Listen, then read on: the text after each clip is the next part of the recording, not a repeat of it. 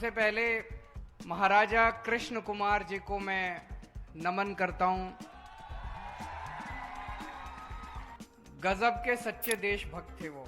जब सरदार पटेल 1947 में देश आजाद होने के बाद पूरे देश को एक करने के लिए एक राजा के पास गए कि आप भारत में जुड़ जाइए, भारत में जुड़ जाइए, तब सबसे पहले अपनी रियासत को भारत के साथ जोड़ने वाले महाराजा कृष्ण कुमार थे। मैं उनको पूरे दिल से नमन करता हूं और आप लोगों से पूछना चाहता हूं, कितने लोगों को लगता है कि महाराजा कृष्ण कुमार को भारत रत्न मिलना चाहिए? तो आज इस सभा से हम लोग केंद्र सरकार से विनती करते हैं हाथ जोड़ के, इतने बड़े सच्चे देशभक्त को आजादी के 75वें साल में भारत रत्न दिया जाना चाहिए। इससे भारत रत्न का मान बढ़ेगा। मैं इतना ही भरोसा दिलाना चाहता हूं कि आम आदमी पार्टी की सरकार बनेगी। आपके प्यार को, आपके विश्वास को टूटने नहीं दूंगा। एक एक वादा पूरा करूंगा मैं। ये मेरी गारंटी है, मेरा वचन है आपके सामने। जो मैं बोलता हूं वो करता हूं। आपका एक एक वादा पूरा करूंगा जो आपके सामने कह के जा रहा हूं। पूरा गुजरात इस टाइम बदलाव चाह रहा है। बदलाव की आंधी चल रही है चारों तरफ। गजब का कुछ ना कुछ अजीब हो रहा है पूरे गुजरात के अंदर। देवी की कृपा हो रही है, भगवान की झाड़ू चल रही है कि नहीं चल रही है? किस किस को बदलाव चाहिए, किस किस को परिवर्तन चाहिए? सबको परिवर्तन चाहिए। थक गए हैं लोग, 27 साल थक गए हैं लोग। सबको परिवर्तन चाहिए, सबको बदलाव चाहिए। और आज मैं आपके लिए खुशखबरी लेके आया हूं। केंद्र सरकार की एक रिपोर्ट आई है। केंद्र सरकार की एक एजेंसी है, आईबी कहते हैं उसको, खुफिया एजेंसी है। उसने गुजरात में घूम घूम के सर्वे किया, लोगों से पूछा। उसकी रिपोर्ट आई है कि गुजरात के चुनाव के बाद आम आदमी पार्टी की सरकार बनने जा रही है गुजरात में। एक बार जोरदार ताली बजा दीजिए, आपका बदलाव का सपना पूरा होने जा रहा है। लेकिन अभी जीत थोड़ी सी किनारे पे है, मार्जिन पे है, कम है। 92-93 सीट आ रही है, कम सीट आ रही है। एक जोरदार धक्का लगाना पड़ेगा, जोर से धक्का लगाना पड़ेगा। 92-93 से काम नहीं चलेगा, नहीं तो ये तोड़ देंगे सरकार, खराब कर देंगे सरकार। बड़े बदमाश हैं ये लोग। जोरदार धक्का लगाओ कि 150 सीट आनी चाहिए, 150 पार होनी चाहिए, तो स्थिर सरकार बनेगी, मजबूत सरकार बनेगी और सारे वादे पूरे करेंगे। स्कूल भी बनाएंगे, अस्पताल भी बनाएंगे, बिजली भी, सारा काम करेंगे। 8 दिसंबर को गिनती है, 9 दिसंबर को सरकार बनेगी, एक हफ्ते बाद 15 दिसंबर को सरकार बन जाएगी। सबसे पहला काम करेंगे। मेरे पास बहुत लोग आते हैं।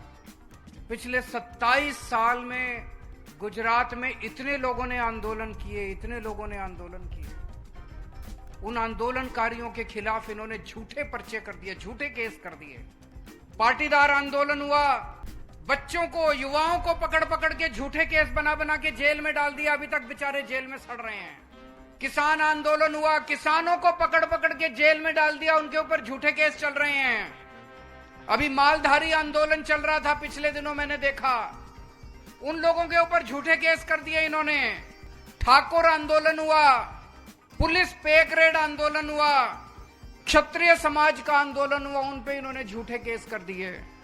दलित समाज का आंदोलन हुआ, आदिवासी समाज का आंदोलन हुआ, कई कर्मचारियों का आंदोलन हुआ, आशा वर्कर्स, आंगनवाड़ी वर्कर, वीसी, कई लोगों का आंदोलन, कई कर्मचारियों का आंदोलन हुआ, एक्स सर्विसमैन का आंदोलन हुआ।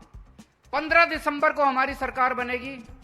31 दिसंबर तक 15 दिन में सारे केस वापस ले लिए जाएंगे, सबको उनके घर भेज दिया जाएगा। सारे केस वापस ले लेंगे। जिन जिन कर्मचारियों को इन्होंने सर्विस से निकाला है, सस्पेंड किया है, उन सबको वापस सर्विस में बहाल किया जाएगा। उन सबके खिलाफ केस वापस लिए जाएंगे। सबसे पहला काम ये करेंगे। दूसरा काम, भ्रष्टाचार खत्म करेंगे। इतना भ्रष्टाचार है, इतना भ्रष्टाचार है। कहते हैं घाटे में चल रहा है गुजरात। क्यों घाटे में चल रहा है गुजरात? कहां गया सारा पैसा इनका?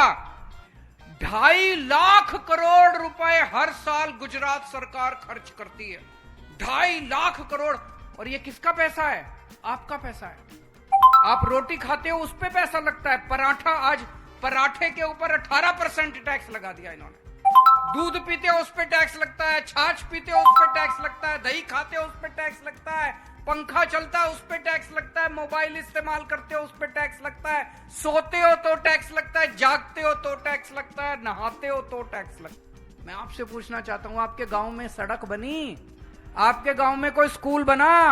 27 साल में कोई आपके गांव में अस्पताल बना? कोई कॉलेज बना? कहां गया सारा पैसा? खा गए ये लोग, खा गए ये लोग, सारा पैसा खा गए।